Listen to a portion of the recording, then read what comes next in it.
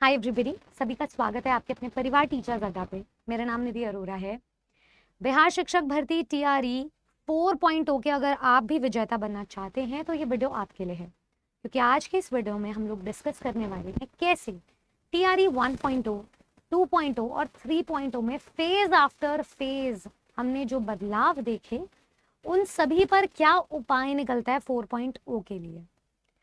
अब ये वीडियो कुछ स्टूडेंट्स के लिए चेतावनी होने वाली है, तो कुछ स्टूडेंट्स के लिए एक आगाज या फिर कुछ स्टूडेंट्स के लिए एक डर, लेकिन मेरा काम है आप सभी लोगों तक बिहार शिक्षक भर्ती की सच्चाई को पहुंचाने का, ताकि आप अपने कॉम्पिटेंसी लेवल को समझकर अपनी तैयारी को शुरू या खत्म कर दें। 4.0 के लिए आज के सेशन में हम लोग डिस्कस करेंगे कि कैसे संभल कर चलना है सभी फेजेस में टीआरई 4.0 वालों को, क्या क्या बदलाव हमें अभी तक देखने को मिले एंड उन प्रॉब्लम्स पर क्या उपाय मिलेगा। तो फटाफट इस वीडियो को समझ लेते हैं। इतना तो हवा भी अपना रुख नहीं बदलती होगी जितना बिहार शिक्षक भर्ती के तीनों फेजेस में एग्जाम पैटर्न में बदलाव देखने को मिला। चलिए उसी बदलाव को समझते हैं। सबसे पहले तो मैं 6 to 8 वर्ग की बात करना चाहूंगी एंड मैंने सब्जेक्ट लिया यहाँ पे इंग्लिश। 1.0 में 6 to 8 के किसी भी सब्जेक्ट पर एग्जाम नहीं हुआ था। वर्ग अगर मैं 6ठी से 8वीं की बात करूं तो 2.0 में 100% ग्रामर ओरिएंटेड सिलेबस आया था इंग्लिश का। 3.0 में वही एक बड़ा सा जंप देखने को मिलता है, 45 क्वेश्चंस ग्रामर के एंड 35 क्वेश्चन सीधा सीधा लिटरेचर के देखने को मिलते हैं। सिलेबस था अननोन। चलिए, इससे पहले एक और 3.0 हुआ था एग्जाम जो कैंसिल हो गया था, जिसमें भी 100% क्वेश्चंस ग्रामर के देखने को मिले थे। I am not done yet. मैं बात करूंगी अब 9वीं 10वीं वर्ग की, जिसमें कि पहले फेज में हमें अगेन 100% ग्रामर का सिलेबस देखने को मिलता है। चलिए ठीक है, कोई बात नहीं, स्टूडेंट्स को अवेयरनेस नहीं होगी तो उन्होंने नेक्स्ट फेज में लिटरेचर को थोड़ा थोड़ा इंड्यूस करना शुरू कर दिया। तो अब 15 क्वेश्चन सीधा सीधा एंटेल कर दिए। शायद एग्जामिनर ने ये सोचा कि स्मार्टनेस दिखाते हैं, देखते हैं 15 क्वेश्चन में कौन फाइट मारता है।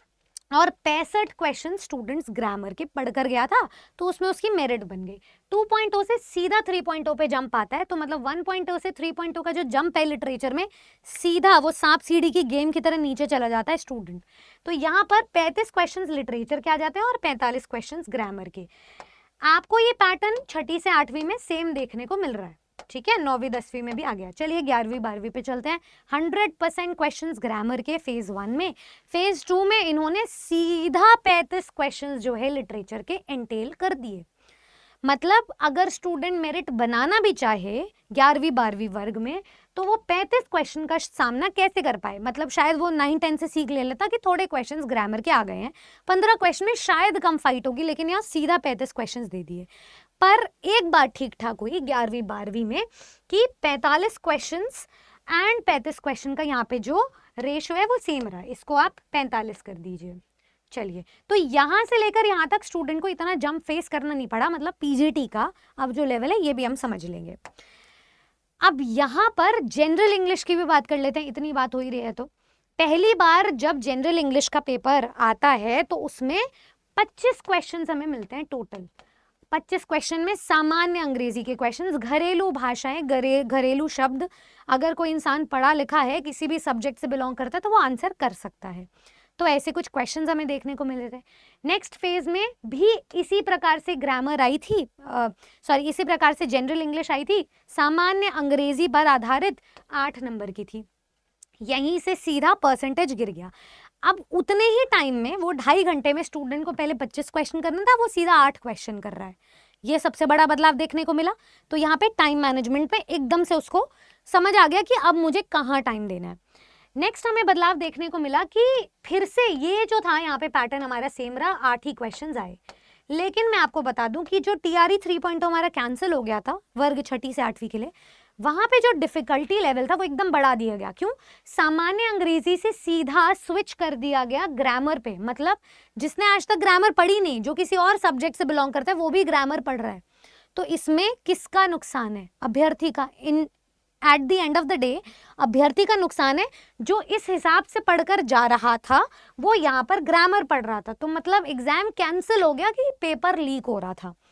लेकिन यहाँ के लिए स्टूडेंट को अब ये लगा कि अब जो टीआरई 3.0 दोबारा होने वाला है उसके लिए उसको ग्रामर पढ़ लेनी चाहिए, क्योंकि ग्रामर ओरिएंटेड सिलेबस है, तो उसका टाइम अब जनरल पेपर जो लैंग्वेज कॉम्पिटेंसी टेस्ट क्वालिफाइंग है उसकी तैयारी में भी जा रहा है, तो अब उसका जो सब्जेक्ट डिवीजन है वो डिवाइड हो गया, ठीक है, उसको एक बड़ा बदलाव देखने को मिला। चलिए आगे चलते हैं। अब क्या बदलाव देखने को मिलता है, मैं इसको लमसम बता देती हूँ। पहला बदलाव ये है कि पेपर का जो लेवल है वो अनडिफाइंड है। बहुत सारे ऐसे सब्जेक्ट्स हैं, साइंस में भी हमने देखा, सोशल साइंस में भी हमने देखा, फेज 2 में भी देखा, फेज 3 में भी देखा कि 6 to 8 का पेपर कंपैरेटिवली टफ आ रहा है। मतलब 6ठी से 8वीं के लिए अगर अभ्यर्थियों का चयन करना है शिक्षक बनाने के लिए, तो वो लेवल टफ है as compared to a PGT teacher. मतलब पीजीटी में जो लेवल है वो तो डिफाइंड है, इसी लेवल का ही पेपर आ रहा है, पर 6 to 8 का हम टफ करते जाएंगे करते जाएंगे करते जाएंगे। क्यों? क्योंकि कट ऑफ कि यहाँ पर सबसे ज्यादा सीट्स हैं, तो इसलिए इसका जो लेवल है वो टफ कर दिया, पर इसका लॉजिक समझ नहीं आया। 3.0 में यहाँ पर मैं आपको बता देती हूँ कि 9th-10th में ग्रामर और लिटरेचर दोनों ही पेपर एक्सेप्शनली टफ आए थे, exceptionally difficult, exceptionally advance level के आए थे। मतलब यहाँ कोई स्कोप नहीं छूट गया था कि बच्चे पेपर और पेन, मतलब पेन से ओएमआर को सर्कल भी कर पाए, पेन उठा भी पाए। ग्रामर में कुछ ऐसे टॉपिक्स हैं जो मैं अभी आपको सिलेबस में बताऊंगी, जो शायद फॉरेन ऑथर्स की किसी बुक के छोटे से लेटर्स में लिखा गया होगा, जिसको गूगल करने पर आंसर समझता है, वो वाले क्वेश्चंस दिए गए थे। मतलब लिटरेचर तो लिटरेचर, ग्रामर भी ले डूबी, ऐसा बहाव आया था। नेक्स्ट बात करते हैं, मतलब अगर मैं 3.0 की बात करूं तो यहाँ पे 9-10 का लेवल सबसे टफ माना गया इंग्लिश में, बाकी सारे लेवल को भी अलग अलग विभाजित किया गया, followed by 6 to 8, followed by 11-12। तो बदलाव नंबर पहला तो ये हो गया। बदलाव नंबर दूसरा है, एक ही टॉपिक सेंट्रिक क्वेश्चंस बार बार पूछे गए हैं। अगर हम सोशल साइंस की बात करें तो वहां एविडेंटली देखा गया कि अकबर अकबर अकबर, वहां से भर भर के क्वेश्चंस हैं। अगर मैं इंग्लिश की बात करूं तो मान लो 100 टॉपिक्स हैं, 50 लिटरेचर के, 50 ग्रामर के, मान लो, let's say for an instance, उसमें से एक ही टॉपिक से भर भर के सवाल पूछा जा रहा है। तो इससे हम क्या समझे, मतलब मान लो 100 टॉपिक्स में से बच्चा एक टॉपिक नहीं पढ़ के गया बाय एनी चांस, वो तो ये सोच रहा था दूसरे टॉपिक में मैं कवर कर लूंगा, तो वो एक टॉपिक उसकी बदकिस्मती लेकर आएगा, उसको पता नहीं था कि उसी टॉपिक से 10 से 12 क्वेश्चंस हैं। जैसे मैं फेज 2 की बात करूं तो वर्ब से 2.0 में 12 क्वेश्चंस पूछे गए स्ट्रेट अप, और ऐसा नहीं था ये कोई नॉन फाइनाइट और मोडल वर्ब से सवाल थे, सीधा नॉर्मल वर्ब से सवाल थे, हेल्पिंग वर्ब और मेन वर्ब चयन करके सवाल थे। तो अगर वो स्टूडेंट का एक फाउंडेशन वीक हो गया तो वो सारा गया। बदलाव नंबर तीसरा देख लेते हैं। तीसरा बदलाव ये कह रहा है कि जो बिहार का नोटिफिकेशन आता है आयोग की तरफ से, उसमें ये लिखा होता है कि हम एनसीईआरटी और एससीईआरटी सिलेबस पे आधारित जो है चीज़ें कवर करेंगे और उसी सिलेबस ओरिएंटेशन के हिसाब से पढ़ेंगे। बट सिलेबस तो हमारा लिमिटलेस बन गया और अनप्रिडिक्टेबल बन गया, क्योंकि पेपर का रंग तो कुछ और ही कह रहा है। मतलब वहाँ पे वक्त और जज्बात दोनों बदलते हुए दिखाई दे रहे हैं। सिलेबस डिफाइंड नहीं है, इसका प्रमाण देख लीजिए।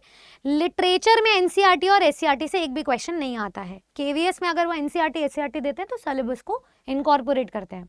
ग्रामर में जो टॉपिक्स मैंने बोले थे कि 9-10 का पेपर टफ आया था, कॉग्नेट नाउन, कोई नाउन सिलेबस में, नाउन के सिलेबस में कॉग्नेट नाउन नहीं पढ़ाता है। सब्जंक्टिव मूड, पहली बात तो मूड्स को ही डिस्कस नहीं किया जाता, तो उसके बाद अब ये सब्जंक्टिव मूड आ गया। टाइप्स ऑफ सेंटेंसेस को कैसे इन्होंने ट्विस्ट किया है और उसको भी इन डेप्थ बनाया है, वो बिहार शिक्षक भर्ती से ही सीखे कोई। उसके बाद जेरेंडाइव केस ऑफ पार्टिसिपल, पार्टिसिपल पढ़ा है हमने, जेरेंड्स पढ़ा है, जेरेंडाइव केस ऑफ पार्टिसिपल एक अलग से टॉपिक पढ़ना पड़ेगा। ऐसे बहुत सारे मूड्स थे जो एग्जाम में आए हुए थे। तो ये कुछ टॉपिक है जिसमें ग्रामर की नैया भी जो है it couldn't rock the boat. Okay, आगे बढ़ते हैं। बदलाव नंबर तीसरा, बिहार शिक्षक भर्ती का पेपर सबसे अनोखा है, सबसे यूनिक है, सबसे रेयर है, क्योंकि वो DSSS भी, एनवीएस, केवीएस, EMRS जैसे सेंट्रल वैकेंसी के किसी भी पैटर्न को फॉलो नहीं करता। और तो और बिहार एस्टेट, जिसको क्वालिफाई करके स्टूडेंट टीजीटी या पीजीटी में अपीयर होता है, एलिजिबल होता है बिहार शिक्षक भर्ती के लिए, उस पैटर्न को भी फॉलो नहीं करता। और मैं इंग्लिश का एग्जाम्पल लेती हूँ। DSSS, अगर मैं केवीएस की बात करूं तो मैच द फॉलोइंग जैसे क्वेश्चंस आते हैं, सीटेट में मैच द फॉलोइंग जैसे क्वेश्चंस आते हैं। DSSS भी, EMRS, एनवीएस तीनों पैरा जंबल से रिलेटेड भर भर के सवाल पूछता है। मल्टीपल फिलर्स जो हैं वो बहुत ज्यादा देखे जाते हैं। वोकैबुलरी में भी ऐसा नहीं है कि एक ही टॉपिक से भर भर के दे दिया, one word substitution, misspelled words, homophones, synonyms and antonyms, idioms and phrases, भर भर के सवाल यहाँ से, या एक एक सवाल तो हर टॉपिक का मिलता है कि भाई इतना पढ़ लेना, आगाज हो जाता है, एक आइडिया मिल जाता है। यहाँ पर भर भर के मिलेगा आपको एरर डिटेक्शन। लो भाई क्या कर लोगे, एरर डिटेक्शन है पूरी grammar, error detection is equivalent to full grammar, full fledged grammar. कर लो भाई, क्या कर लोगे, पूरा पढ़कर जाना ही पड़ेगा ग्रामर को। प्रेपोजिशन से हर फेज में भर भर के सवाल मिलते हैं।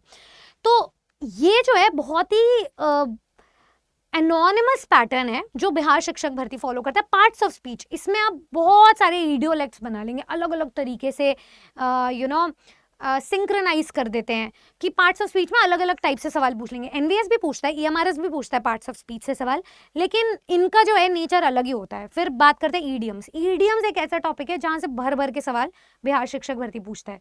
अब ये कहीं ना कहीं हमारे लिए प्रोज भी है और कॉन्स भी है। मतलब मैंने तो आपको एक नेगेटिव डायरेक्शन में बता दिया, बट 3 फेजेस में सीखने के बाद एक ग्लास हाफ फुल अप्रोच क्या होगी कि हम इन्हीं टॉपिक्स को क्यों ना बार बार पढ़ के चले जाएं जब हमें एक सांकेतिक पॉइंट ऑफ व्यू मिल रहा है। तो दूसरी बात बता देती हूँ, एक और लैक ऑफ सिलेबस से रिलेटेड, कि ग्रामर किसी भी एनसीईआरटी और एससीईआरटी करिकुलम के अंतर्गत आती ही नहीं है। ये as a reference book consider की जाती है, पर फिर भी ग्रामर से रिलेटेड अगर पहले फेज, दूसरे फेज, तीसरे फेज में 100% ग्रामर किसी वर्ग में आ रही है, देन दैट्स अ साइन कि बाकी सारे टीचिंग एग्जाम्स को रेफरेंस तो माना ही जा रहा है, पर फिर भी वो पैटर्न फॉलो नहीं किया जा रहा। हमारे पास पॉइंट ऑफ रेफरेंस नहीं है, हमारे पास बेंचमार्क नहीं है, हमारे पास वेयर टू स्टार्ट वाला एक सोल्यूशन नहीं है।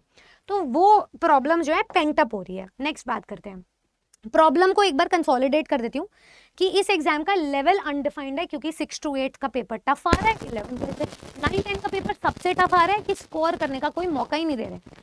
सिलेबस को डिफाइन नहीं किया जा रहा है, सीआरटी सवाल नहीं पूछे जा रहे हैं, क्वेश्चन को डिफाइन नहीं किया जा रहा है, क्योंकि इस एग्जाम में डी और ई ऑप्शन पहले ही इस पेपर के नेचर को टफ बना देते हैं। More than one of the above, none of the above, ऊपर से फिर चेरी ऑन टॉप पॉइंटर्स आ जाते हैं जो मैंने अभी डिस्कस किया।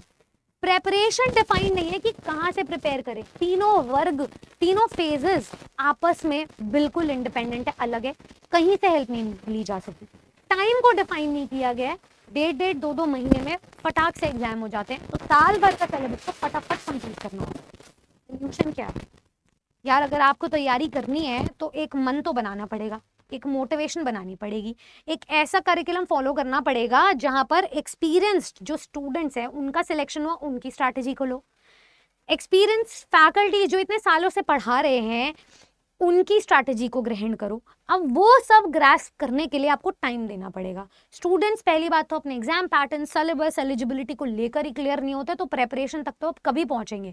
तो जो भी आपको चैनल पर वीडियोस मिलती हैं, मैं आपको 1 मिनट शॉर्ट्स वीडियोस के थ्रू इन्फॉर्मेशन पहुंचाती हूँ, हर एग्जाम के around syllabus, eligibility, exam pattern पहुंचाती हूँ। आप बस एग्जाम नेम डालो और बाय निधि अरोरा डाल दो, आपको सारी इन्फॉर्मेशन मेरी एक वीडियो में कंपाइल्ड और कंसोलिडेटेड वे में मिल जाएगी।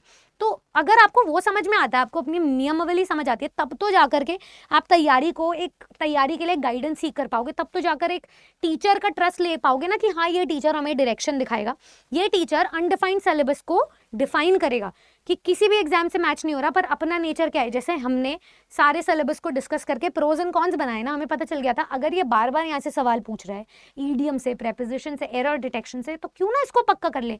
मैं अपनी 1 बजे वाली रेगुलर क्लास में हमेशा इंश्योर करती हूँ कि student error detection, EDMs and prepositions पढ़ कर जाए, एंड यही टॉपिक्स आपको मिलते हैं। चाहे तो जा करके चेक कर लो, फ्री क्लास है बिल्कुल। आपको एक एक्सपीरियंस की जरूरत है, चाहे आप एक फेल्ड एस्पिरेंट हो, बट आप फेलियर नहीं फेस कर रहे हो, आप एनकाउंटर करोगे इस बार सक्सेस। तो पुरानी नॉलेज से सीख लो, पुराने लेसन्स को भले आपने हार्डर मैनर में सीखा है, बट उसको हम टफर बनाएंगे। सो एक कहावत है, when tough gets going, going gets tough. तो आपने उस चीज को अप्लाई करना है और ये मान करके चलना है कि हमारा जो पेपर है वो इसी के अराउंड कट ऑफ दे रहा है, नो मैटर लेवल अनडिफाइंड हो या डिफाइंड हो। हमारी तैयारी इस लेवल के हिसाब से हो कि 80 नंबर तो 6 to 8 में बना ही लें, क्योंकि वो 6ठी से 8वीं वर्ग के लिए।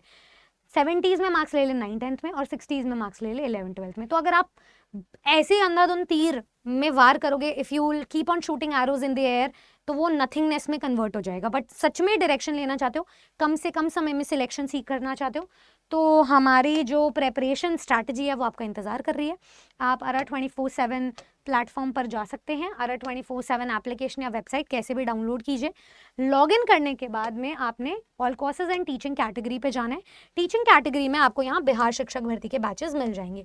चाहे जनरल पेपर हो, मैं तो हर तरीके से स्टूडेंट को प्रिपेयर करूंगी, चाहे वो वर्ग 6ठी से 8वीं, 9वीं, 10वीं या 11वीं 12वीं हो। फॉर एग्जाम्पल हम 11वीं 12वीं में जाते हैं, तो आप ये मत सोचना कि आपने कोई भी जो सब्जेक्ट कैटेगरी है उसे चूज कर लेना कि सिर्फ लिटरेचर पढ़ के काम हो जाएगा या ग्रामर तो आती ही होगी। इस बार ग्रामर का नेचर भी तो बदल रहा है, तो उस बदलते हुए नेचर को समझेंगे एंड दोनों ही मेरिट बनाने के लिए दोनों सब्जेक्ट्स की, दोनों डिसिप्लिन्स की गाइडेंस लेंगे, साथ में जनरल पेपर को भी कवर करते रहेंगे। बाय नाउ पे जाओगे जैसे हमारे बैच में, पूरी डिटेल्स आपको मिल जाएगी। आप यहाँ पे जाएं, Y449 कोड लगाएं, Y449। Once you apply this code तो आपका जो 8,000 का बैच है आपको 1,800 रुपये में मिल जाएगा फॉर 6 मंथ्स। ये 6 मंथ्स एक इमोशंस है, इसके अंतराल में ही आपका एग्जाम होगा, इसके अंतराल में ही आपका चयन होगा, क्योंकि बिहार शिक्षक भर्ती का एग्जाम है। तो हमारी तैयारी जो है इसके अंतर्गत ही हो एंड बार बार रिवीजन हो। एक दिन के रिवीजन से कुछ नहीं होगा, एक दिन प्रीवियस ईयर क्वेश्चन उठा लेने से कुछ नहीं होगा, एक दिन मॉक पेपर दे लेने से कुछ नहीं होगा, और एक दिन ग्रामर पढ़ लेने से भी कुछ नहीं होगा। हर एक सब्जेक्ट को डेली बेसिस पे पढ़ते रहना है। आप ऐसा स्ट्रैटेजी बनाओ जनरल पेपर की भी कि आप हफ्ते में 2 से 3 बार रेपिटेटिव साइकिल में उसको देखते रहो, और आपका जो सब्जेक्ट है वो तो साथ साथ डेली बेसिस पे चलते रहना चाहिए। किसी भी एक बैच में एनरोल करने के लिए यही तरीका है। और अगर आप एक से ज़्यादा पोस्ट्स के लिए अपीयर हो रहे हो, यूजुअली कैंडिडेट्स यही करते हैं, तो वो टीचिंग महापैक का हिस्सा बन सकता है। अभी 12 महीने वाला जो पैक है आपको काफ़ी अफोर्डेबल प्राइस पे मिल रहा है, वो भी करवाया जा रहा है आपके लिए, ठीक है। सो सेम कोड यहाँ पे भी अप्लाई होगा, Y449, 4500 रुपये का बैच है आपका, ठीक है। तो इसमें एक नहीं दो नहीं सभी टीचिंग एग्जाम की प्रिपरेशन कर सकते हैं आप। Y449 आपका कोड है, याद रखिएगा। मैं मिलती हूँ आपसे अपनी क्लासेस में, आपसे अपने बैचेस में। बैचेस हमारे स्टार्ट हो चुके हैं, मेरी क्लास आपके साथ शुरू होगी, आपके लिए शुरू होगी 20 अगस्त से। ऐसी और जानकारी के लिए और ऐसे ही बदलाव को समझने के लिए आप चैनल को सब्सक्राइब करें, हमारी वीडियोस के साथ जुड़े रहें एंड बैचेस में एनरोल कर लें। Good luck.